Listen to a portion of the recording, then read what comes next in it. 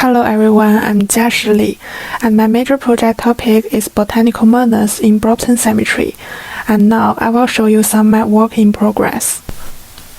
My major project is based on the site of Brompton Cemetery in London, which is a Victorian-era cemetery, and I mainly focused on the symbolism and spiritual presence of plants in this space. Through observation, I collected sketches, notes, and photographs, then used mapping and reorganizing method to reflect on the contrast between human-designed areas and naturally grown areas. I intended to use a non-human perspective to explore how plants beyond being memorials and gently reclaim space in ecological ways. Ultimately, I aim to poetically present plants as healers in this space. Looking back on my Unit 2 journal, I divided my process into these 4 stages to show you my key process. First is focus and identity. Second is collecting and extending. Third is material exploration. And finally is the inspiration from reader.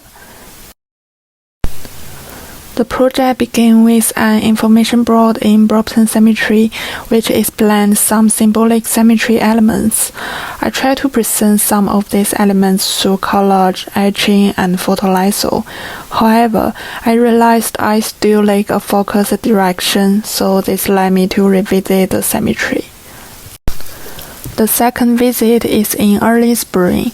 Blooming daffodils and sprouting trees inspired my curiosity about the role of plants in this kind of space which represents death. I researched some articles about how the popularity of flower language in the Victorian era affected the emergence of garden cemeteries like Brompton, and how flowers softened people's fears of death and fostered hope. As Scrivener said, mapping can be understood as a readable text, so I decided using mapping as a visual recording tool to translate previous research. Also, inspired by Kimball's mapping workshop, I developed a method of observing and mapping. First step is working freely and do some sketches or photographs.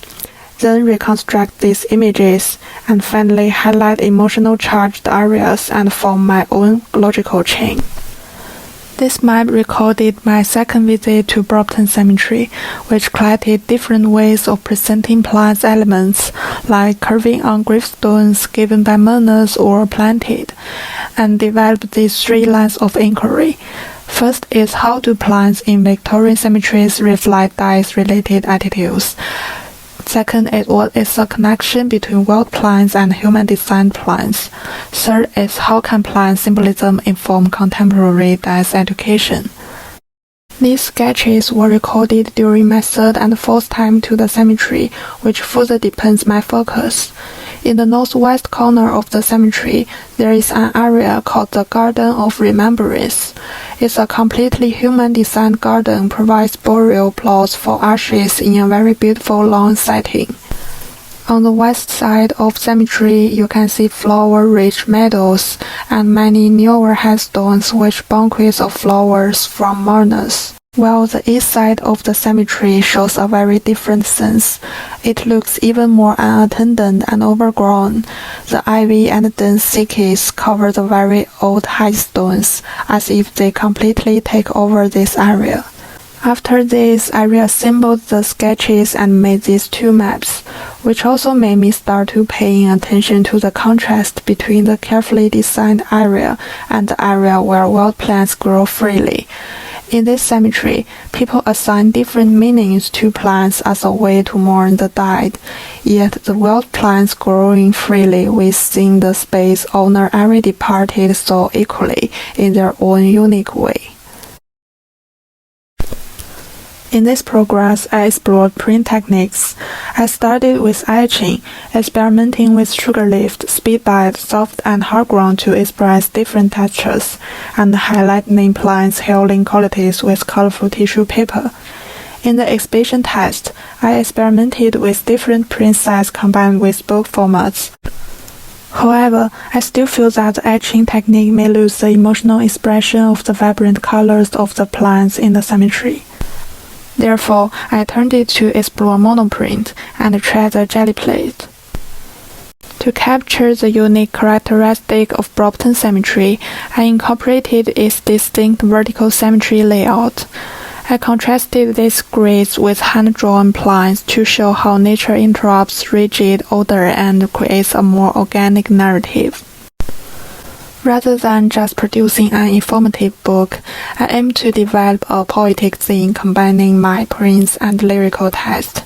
Inspired by these artist books, I tested some layouts by combining drawing, prints, and writing, reshaping Brompton as a plan-taken world.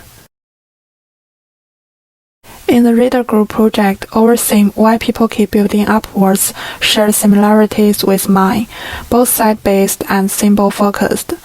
As editor, I studied how London's skyline changed to reflect shifting power centers.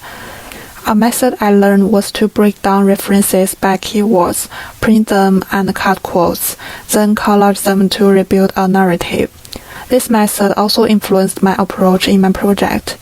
During previous research, I collected various textual materials, my own writing, inscriptions, and articles. I recently realized that about the text of the poem, maybe I could also try to reassemble text fragments to present the poem rather than just writing, enhancing engagement with my research text. Going forward, I will keep refining these areas, enhancing monoprints with the emotional expression between human design and wall spaces, and crafting more playful, layered poetic text. Also testing layouts for the book format, considering how my visual and textual material could be adapted better. This is my practice and progress in Unit 2. Thank you for watching my video.